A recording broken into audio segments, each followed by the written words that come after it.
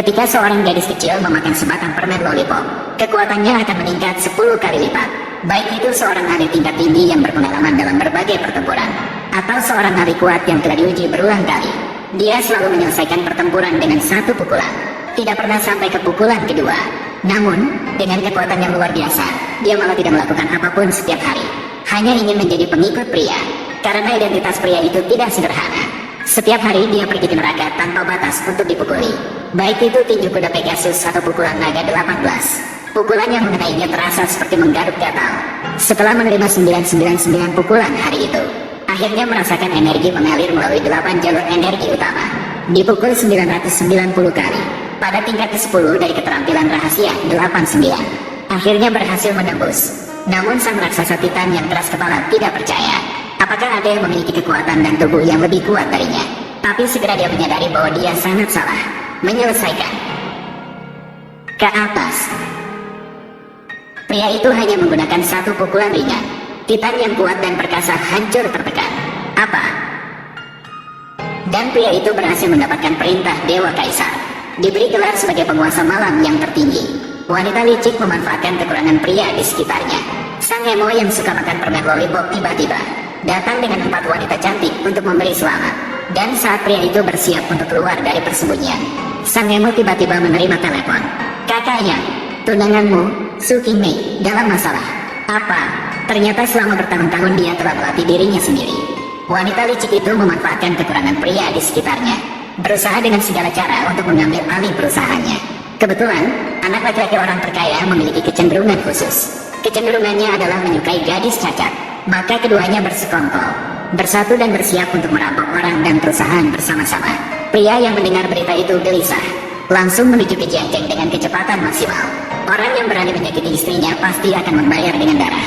Saat ini, anak kaya merasa sudah pasti menang, memegang kontrak dan memaksa wanita untuk segera menandatanganinya, agar tidak menderita pukulan yang tidak perlu. Namun wanita teringat kata-kata tunangannya sebelum pergi. Dia yakin tunangannya pasti akan kembali dengan selamat. Perusahaan juga tidak boleh hancur di tangannya sendiri. Sepertinya kamu adalah tidak menangis sebelum melihat peti mati. Berhenti. Pada saat itu, bawahan pria dari masa lalu tiba-tiba muncul, menyarankan anak kaya untuk segera pergi. Kalau tidak, jangan salahkan dia jika tidak menunjukkan belas kasihan. Namun, karena anak kaya berani datang, pasti ada yang diandalkan. Tidak lama kemudian, seorang samurai timur datang dari belakangnya, langsung mengejek bahwa seni bela diri Daxia hanyalah hiasan. Seperti bantal sulam, bagus dilihat tapi tidak berguna. Hari ini aku akan menginjakmu.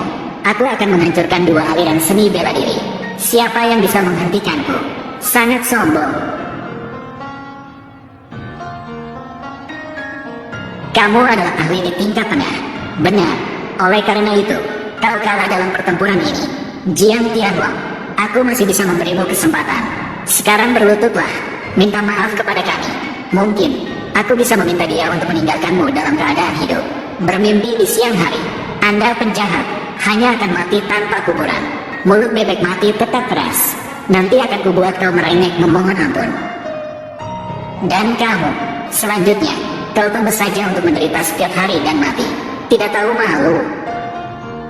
Asalkan kau mengakui kekalahan, dan mengakui bahwa seni bela diri negaramu tidak sebanding dengan seni bela diri negara kami.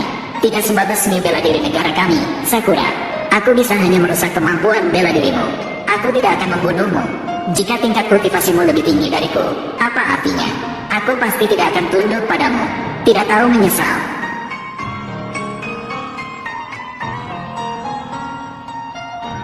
Jiang Tianlong.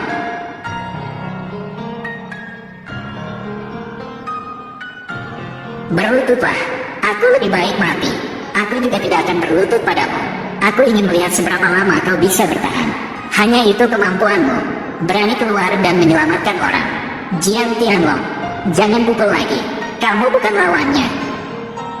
Diam, Su Zong.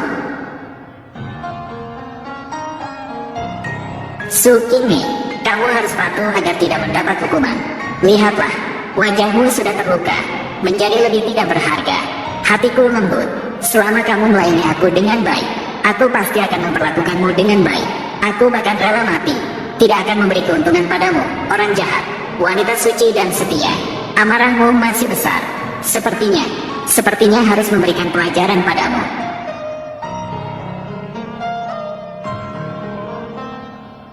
Jangan mendekat, Pei Tensei. Aku akan membunuhmu.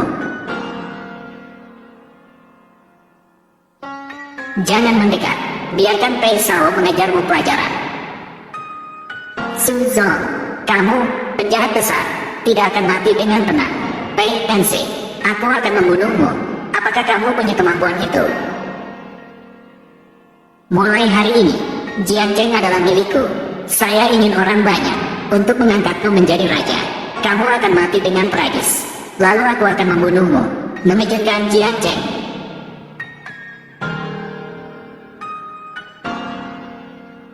Bos, akhirnya Anda datang. Yang Luo, kamu kembali untuk apa? Jangan takut, saya di sini.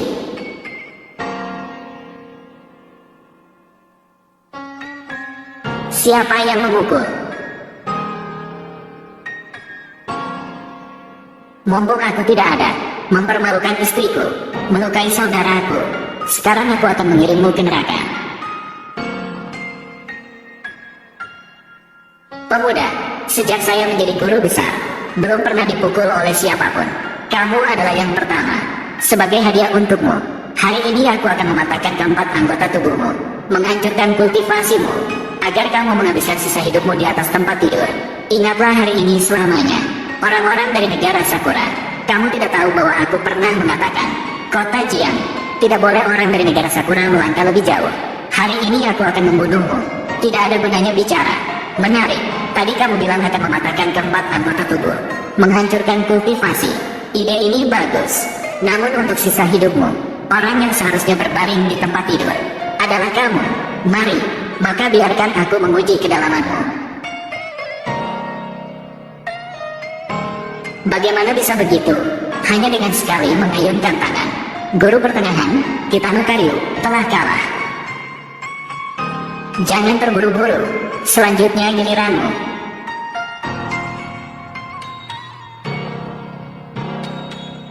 King Mei, ayo pergi. Berhenti. Kita belum selesai. Aku belum kalah.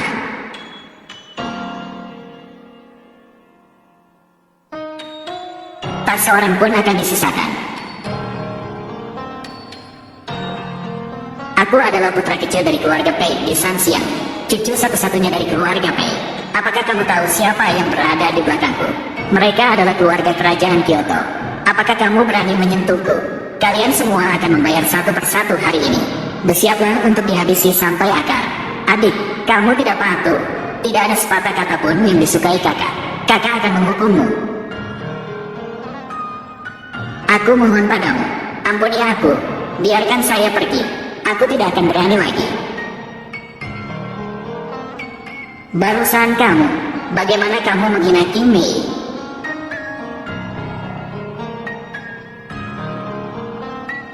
Kakek, tolong aku.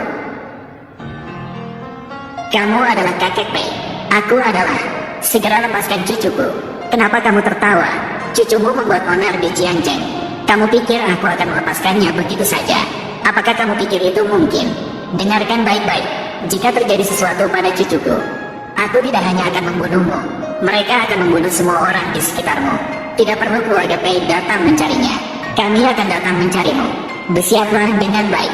Tunggu kami.